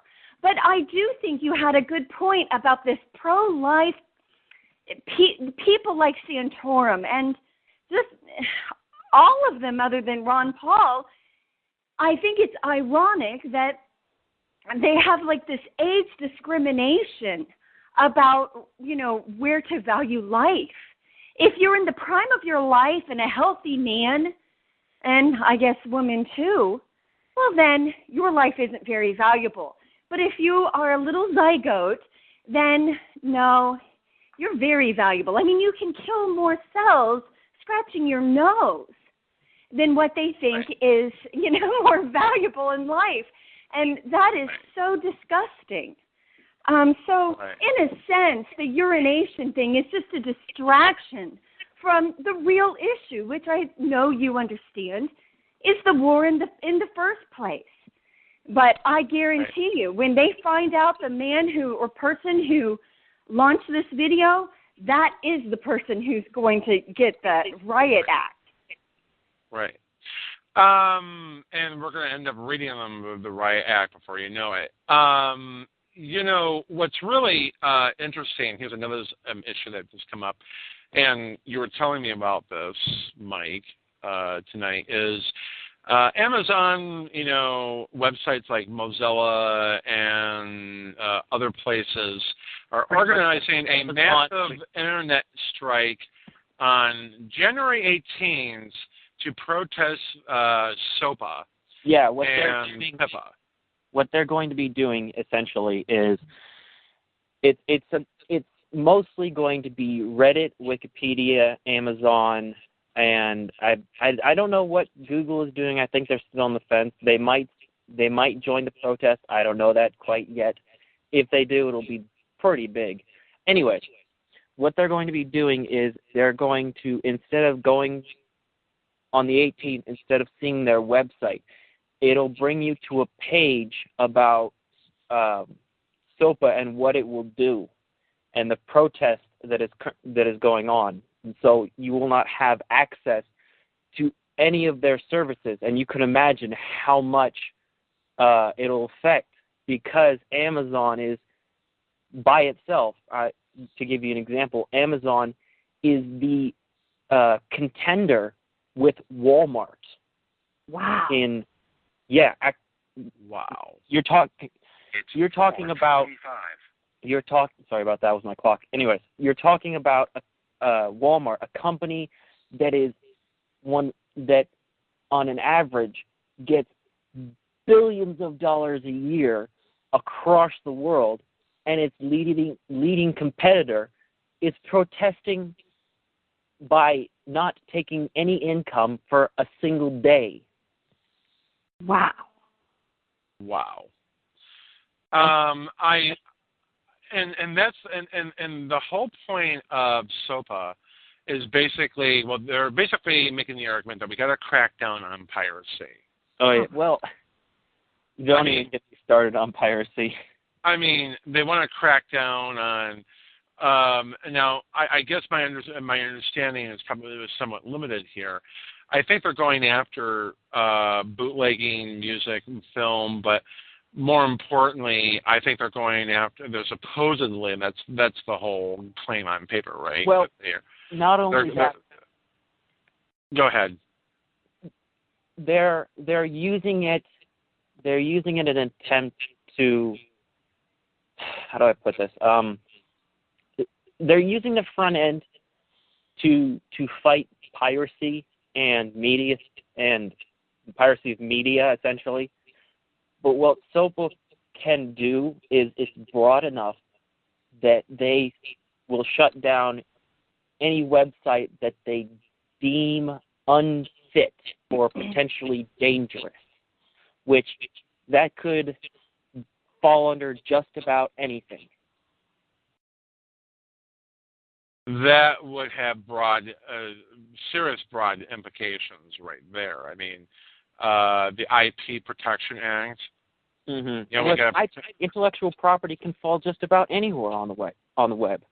Right, and this is what's happening here is, this is basically working in concert with what the DCMA, the Digital Copyright Millennium Act, that was passed a few years ago, which is, we got to go after people who are basically stealing shit off the net, whether it's music, movies.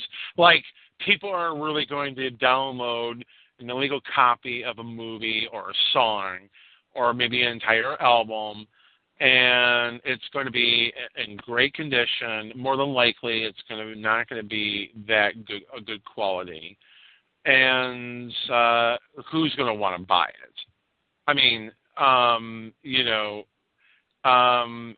the fact matter is that they're doing this simply to exact control over what people can and can't do on these websites, what they can and cannot download and whatnot. It's basically going to tell internet service providers, look, you better comply with this law or else we're going to shut you down. And you know what's even worse about this? What makes me truly sad about it is this is being only done in America. This the internet in itself is not sure it was invented by us, but it is not ours alone. We should not be policing this like it's ours. We've done that quite enough around the world in the physical world. We shouldn't be doing it with a knowledge base that can facilitate learning and allow for people to judge things on their own. When you put something a regulation on something that is totally free and a knowledge base like that, you retard someone's potentiality of improving. Right. How about here's another issue that's come up here, which is basically the public schools are students, and we're talking public school students, are going to be there's a bill coming up in Congress, which is going to be, if passed, if signed into law by Obama, would require high school students nationwide to apply for colleges and universities, because remember, we got to have an educated workforce, according to Obama. It's a good thing I finally got into homeschooling. And you just may be required to go to college, no matter what. I mean, this is the thing that gets me. Why is college really that important? I mean, not everybody's cut out for college. I swear, not everybody is really ready and cut out for this. I mean, what say you on this, Sherry? You've been to college. Is it really worth the money spent on? I have a lot to say about that. First of all, yes, I did go to college. When I went to college, it was less than $1,000 a quarter. I was able to pretty much, even at $8 an hour, working at UPS, work my way through college. But do I use my education? No.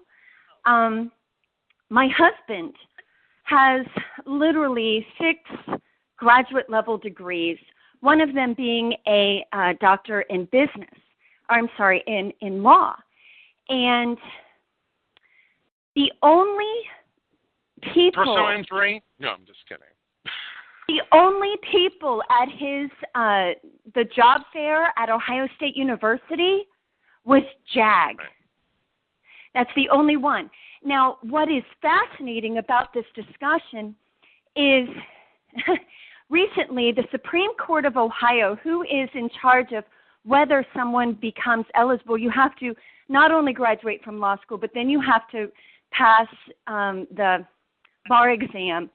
But then also you have to meet a ethics review board. And in that ethics review board, a very fascinating case came along where a graduate who ironically had about the same amount of debt as my husband, $250,000. And this man is frugal. And that's how much it costs for him to just get through law school. $250,000, since this other person, a law student, like my husband, had that debt, the Supreme Court of Ohio determined that he could not sit for his bar exam because he would be beholden to take any case, no matter what, and not be able to uphold the standards and ethics, supposedly, that attorneys should hold. Now, as far as the Washington, D.C. thing, it's terribly scary because we think of No Child Left Behind came from the U.S. Congress, but of course, it's no single child is left behind. Instead, they're all left behind in huge groups. And then, it's the Washington, D.C. school system is the most drug-ridden schools, the most crime-ridden, the most violent, and the most expensive. Oh, it is. And the only thing that the District of Columbia School Board ever says to Congress is, we need more money. What's a bit funny? What? Is a few years ago we were saying that the government was saying, we got to give our children a head start, get them going early. Now today it's No Child Left Behind. I think we're losing a little bit of ground here, don't you think? Absolutely. And I hate to cut us off everybody short. This has been a great panel. But it's now time to go to New Unrules. New Unrule. There must be no banning of McDonald's in your local neighborhood, even if your local church demands that you must lead a clean and healthy life, as dictated by the Holy Bible. A Seventh-day Adventist church is organizing a religiously charged political effort to prevent the fast food chain from setting up shop in a small community called Loma Linda in the state of California, along with the help of health officials and angry residents by attending a city council meeting as though a nuclear waste plant was coming to town. The church demands that its disciples must follow a vegetarian or vegan diet and an alcohol, tobacco, and caffeine-free lifestyle, according to ABC News. So in Corinthians, Paul, speaking of the human body, says specifically, you are the temple of the Holy Spirit, explains Pastor Randy Roberts of Loma Linda University Church. Therefore, he says, whatever you do in your body, you do it in the honor, the glory, and praise of God.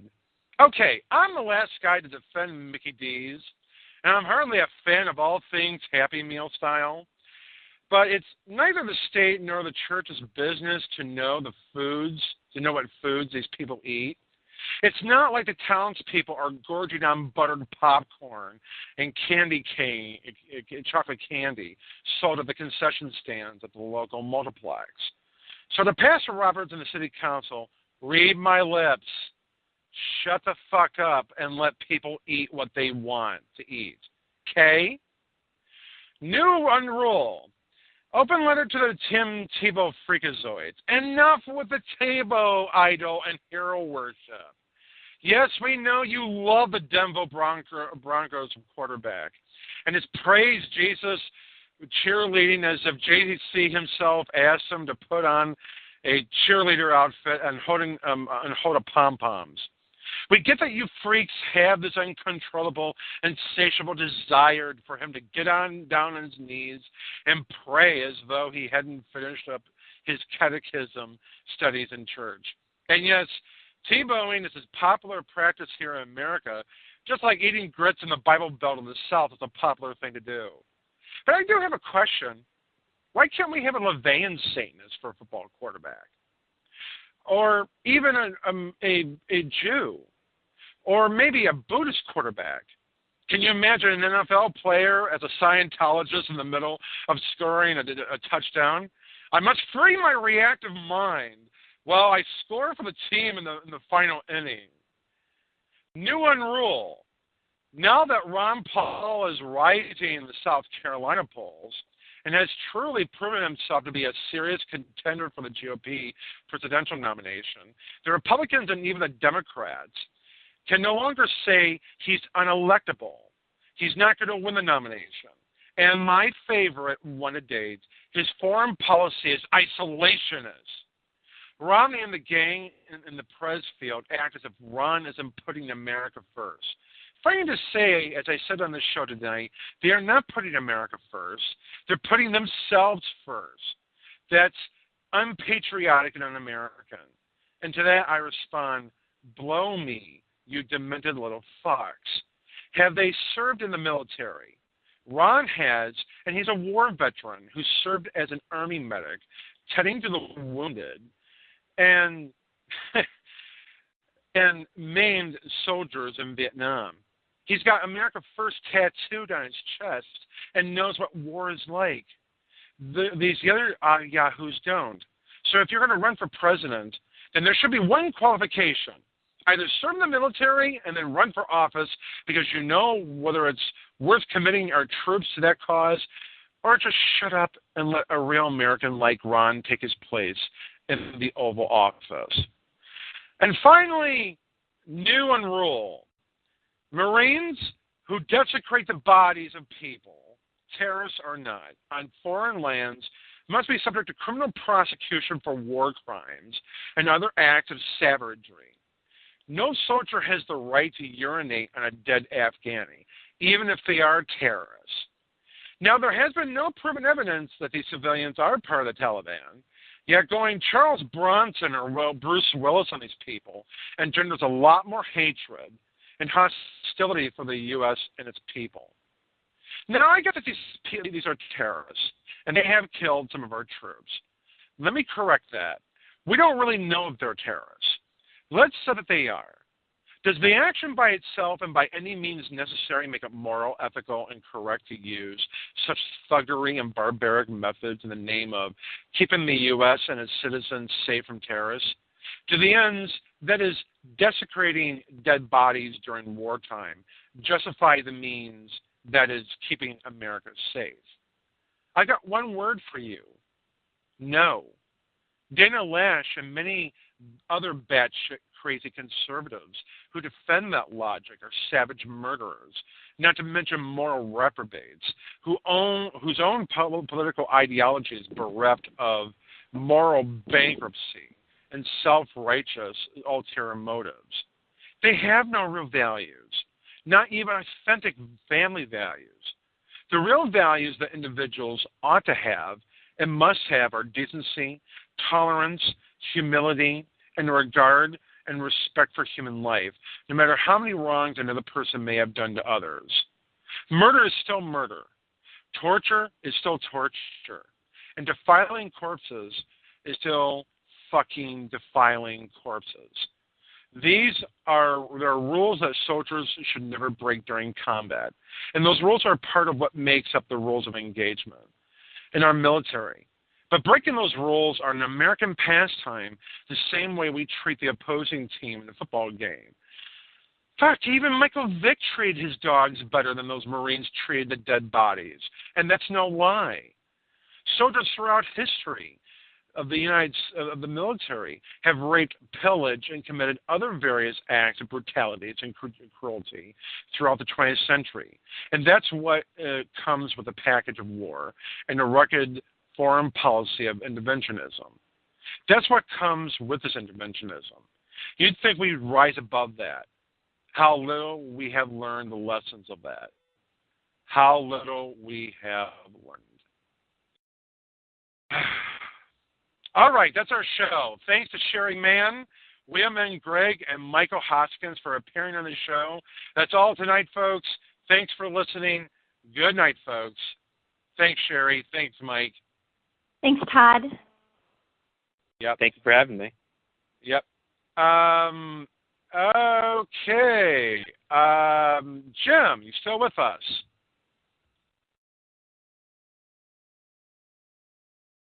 I guess not.